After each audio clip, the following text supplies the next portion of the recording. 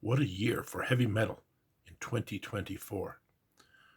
But as we wrap up 2024, there is huge news on the horizon for 2025 and a big announcement to be made. What is it? Find out next.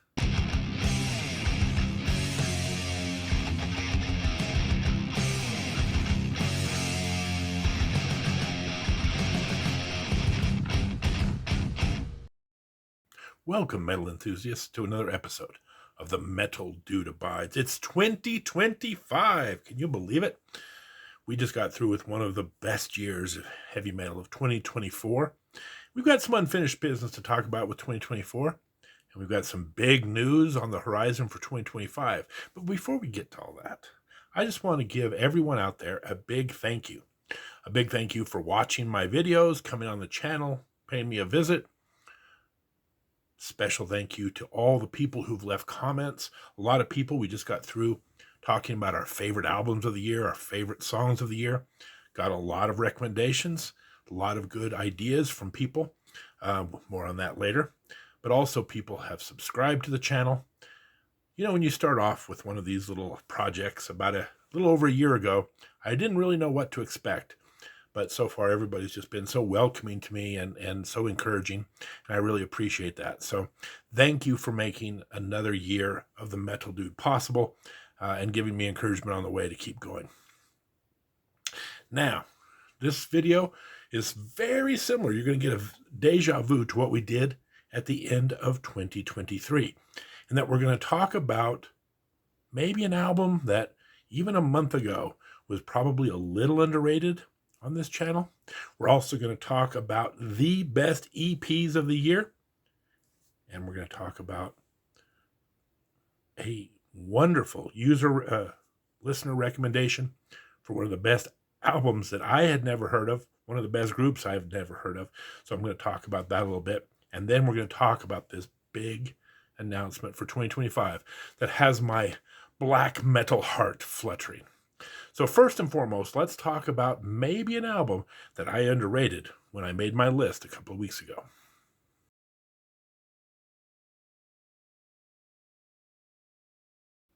Anyone who's ever put together a list, especially one that they go ahead and publish on the internet, you're probably familiar with this syndrome, list maker's remorse. It affects anyone that's ever made a list, and this is how it works. You put out a list that at the time is like rock solid, and you're very happy with it, but then as the weeks and months go by, you start to realize that there's maybe a small crack, a flaw to your list. This is what happened to me in 2023. I put together a top 20 songs, heavy metal songs list, but the song that I was right there on the edge at number 21, it just kind of was sitting out there, but I cut it off. And that song was from a band by the name of Orbit Culture. They'd put out an album earlier that year called Descent. And the song that I really liked was called From the Inside. Fast forward to December, Orbit Culture puts out an EP, an absolutely wonderful EP called The Forgotten. And in that EP, they had a song called Sound of the Bell that I absolutely fell in love with. So what happens is I start going back and listening to the old Orbit Culture album, and I realize how much I like the song From the Inside, to the point where you really feel like, how could I have made this list and not included From the Inside? So it happens. And it doesn't matter how many songs or how many albums that you put together. But the same thing happened to me this year. A little bit of a deja vu. So after I put out my top 10 heavy metal albums of the year and put together 6 honorable mentions, I decided that maybe the video is a little bit long. Maybe can put it into a more concise. Maybe just go with top 10 plus 5 honorable mentions. That 6th honorable mention, old number 16, was from a band who I'm sure I'm not saying the name right, but Iotune, a Danish band that had an album out called Kinship, which I really liked. And let me just say, if you've never listened to this band, their lead singer, John Aldara, has one of the greatest voices in metal today. He has so much emotion, the way he sings things. And this is a very progressive, atmospheric band that really puts that ambiance together, really puts together a song and the entire album that really brings you into the emotions of it. Also, they have a drummer by the name of Bjorn Anderson, who is spectacular. Love his drumming. Really like the way he puts in the drum beats into these songs. The Gross brothers are also very good guitarists, but I'm starting to butcher their names, so I'm going to move on. Great band out of Denmark. Well, so here's what happens this year, right? So they put out their album Kinship on October 25th. But I was kind of busy that day because that is the exact same day that my beloved LA Dodgers were in game 1 of the World Series. And the wonderful Freddie Freeman hit a walk-off grand slam to beat the Yankees. And just a few days later, the Dodgers, my team, would become world champions. But enough about that. It really took a lot of my time and really backed up my music listening for the year.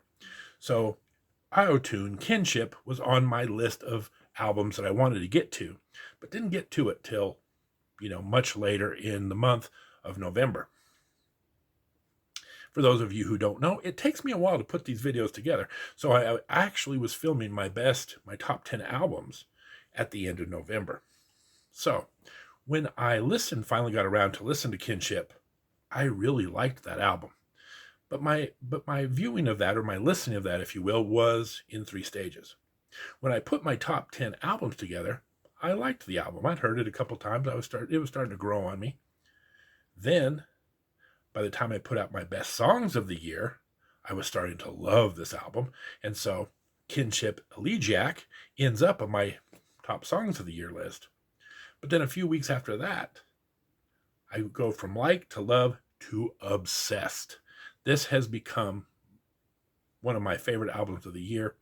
And so I started to realize that, an album that I had just left off the list for basically time purposes on my top 10 albums, not only should have been in the honorable mention, but now I really feel like it should have been solidly in that top 10. I love this album so much that I've even broken what we call the Dream Theater rule, which is when me and the family go out, we all get to pick songs on Spotify and, play it over the years. But my son used to cheat, and he'd go put a 12, 13, 14-minute song on there and hog the, one person would get one song, and then he'd, end up bogarting the entire rest of the trip. But I love this album so much. I've done this because now everywhere we go, it's like my song is Kinship Elegiac, which is 14 minutes long. Drives the rest of the family crazy. But I don't care because I love this album so very much. And I realize that heavy metal is such an underrated art form that the more you listen to an album, the more you're going to fall in love with it, the more you're going to get into the intricacies of it. And that's what's happened to me here. One of the things that happens amongst a lot of people with heavy metal is they tend to gravitate to the music that they first started listening to. And my theory is this: when you start buying albums and you start listening to heavy metal music, it takes a while to build up your collection. So you get like 10 to 20 albums that you listen to constantly because that's all the albums you have. You fast forward to 20, 30, 40 years down the road, and you've got hundreds of albums that you just can't spend enough time with. And that's the flaw to any of these lists, or any time you start to put together your top list of a year. How much time do you get to spend with those albums is usually critical to their placement on those lists.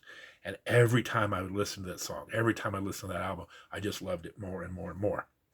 Kinship Elegiac, if you like that atmospheric, progressive, wonderful metal, this is an album for you.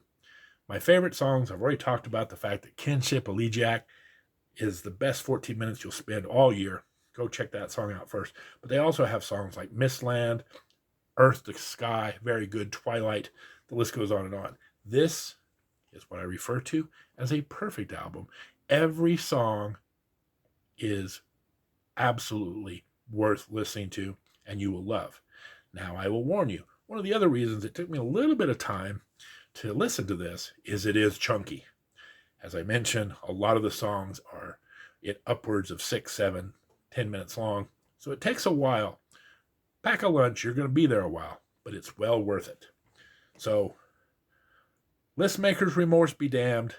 I can correct it right here and say not only should Kinship have been on my list, it should have been well into the top 10 albums of the year. And Kinship Elegiac, that came in like 42nd on my list, should have been way up in the top 20.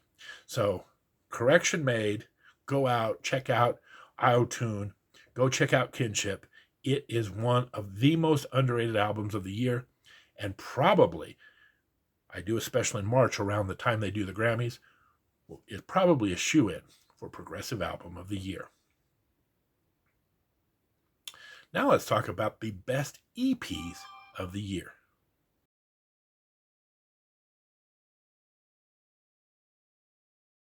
There were two outstanding EPs this year that were vying for the top prize this year.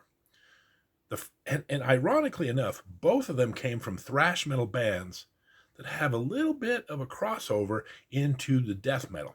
Two of my favorite genres, so it makes sense that I would like both these bands and both of these EPs. The first is from a band by the name of Enforced. Now, if you've been watching the channel, you know I'm a big Enforced fan, as they made Top Song of the Year last year in 2023. And this year they come back with one of my favorite songs and one of my favorite EPs. The EP is called A Leap into the Dark. And ironically, so is the title track, A Leap into the Dark, one of my favorite songs. As I recently put out my top 50 heavy metal songs of the year, that came in at number 35. But that's not the only great song on here. The album starts with Betting on the End, followed by A Leap in the Dark. If you like a little bit heavier, Deafening Heartbeats might be one for you. Then they do a song, apparently, that they had put out previously, but in a limited edition, by the name of Casket. Really good. Apparently, Decibel magazine sometimes has a print that's only exclusive to that magazine. So this has been released before, but this is the first time it's been in wide circulation. They also did a couple of covers on this song that are absolutely fantastic. Short, but very good. Deadly Intentions from Obituary, once again, a thrash metal band, but this Obituary shows that they really like their death metal. And The Chase Is On, by a band that I wasn't familiar with, English Dogs. All in all, this is an excellent EP. But believe it or not, it comes in second to another thrash metal band that has death metal elements to it, and also made my list for top songs and albums of the year last year as well. And that band is the British powerhouse Sylosis, who has an EP called The Path. The first three songs on this are absolute bangers all. The Path has a cameo appearance from Debbie Go from the band Harriot. Very good. Almost made my list of the top 50, but my favorite is the next song, Soured Ground, which was on my top 50 heavy metal songs of the year. It came in at number 26. As Above, So Below is the next song, and the list goes on and on. 5 songs in all. I think the first 3 are, again, the absolute best, but the entire thing is fantastic. So, runner-up EP of the year, Enforced, and winner of EP of the year in 2024, Sylosis, with The Path. Congratulations to them. And one more thing for 2024 to wrap up. Every year when I put out my list, listeners call in, send me in the messages their top 10 albums or their top 10 songs, and I always look through them and I always find something really great. And once again, the listeners came through, so we're going to talk about an album that I was completely unaware of until just a couple of weeks ago.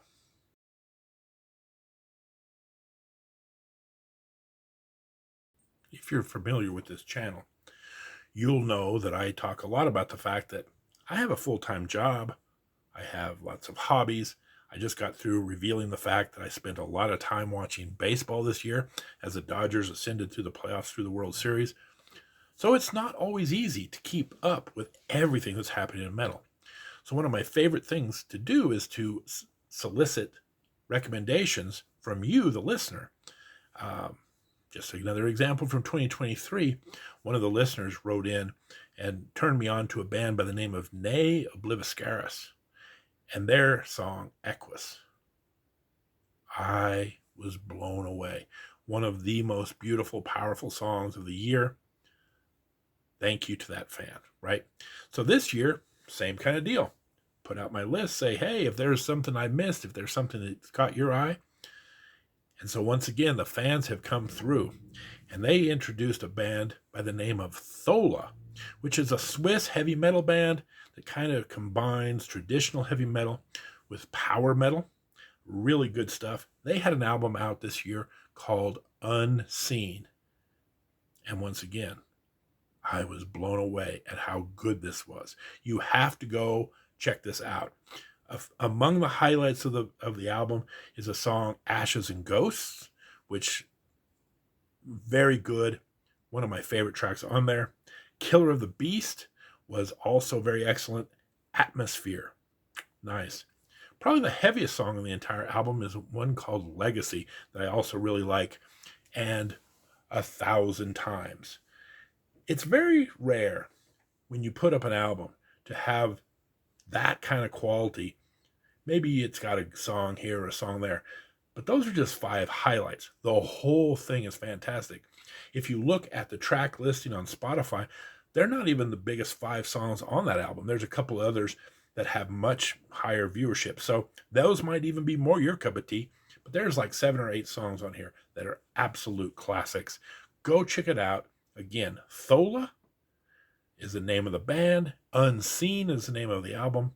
And check out some of the songs I just talked to you about, and you will be blown away. If you like traditional metal, if you like power metal, you have to catch this album.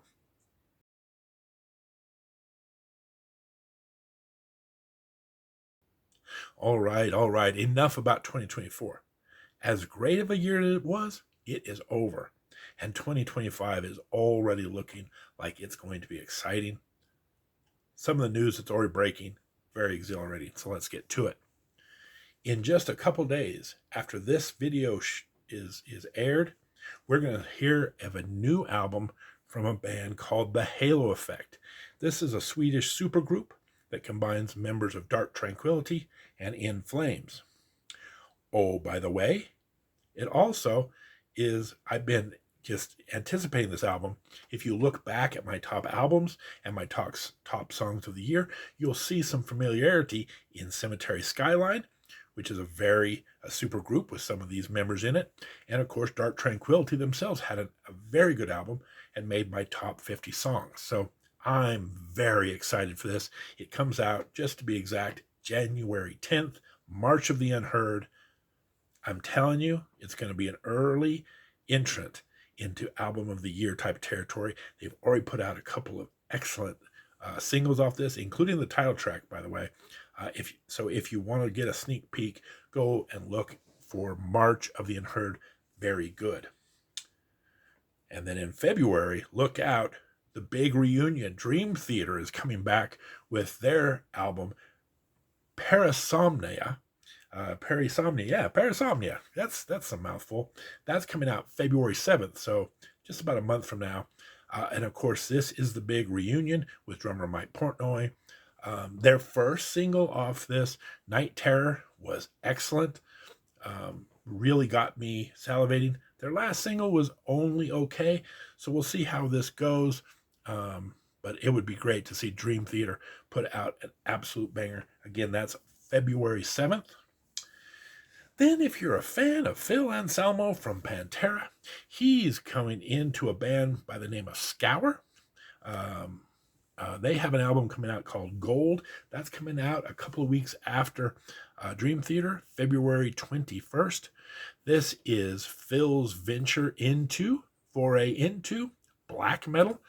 They also have put out at least one single off this that was very good. So this could be a very interesting project. Check that out, February 21st. And finally, Arch Enemy is putting out their newest album, Blood Dynasty, at the end of March, March 28th. Now, Arch Enemy's kind of been hit or miss for me. I've gone and seen them in concert a couple times.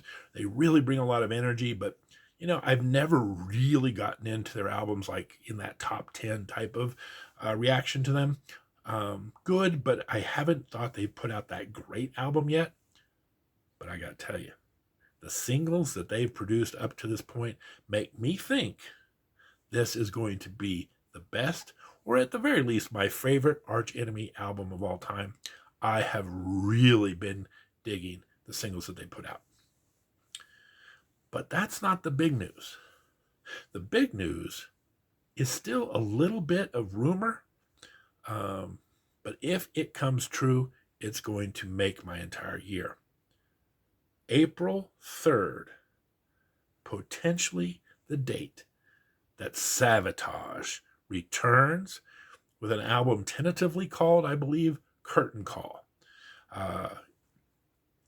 If you're familiar with this channel, you know that we go through the history of heavy metal. We started in 1968, and we're going all the way to present day.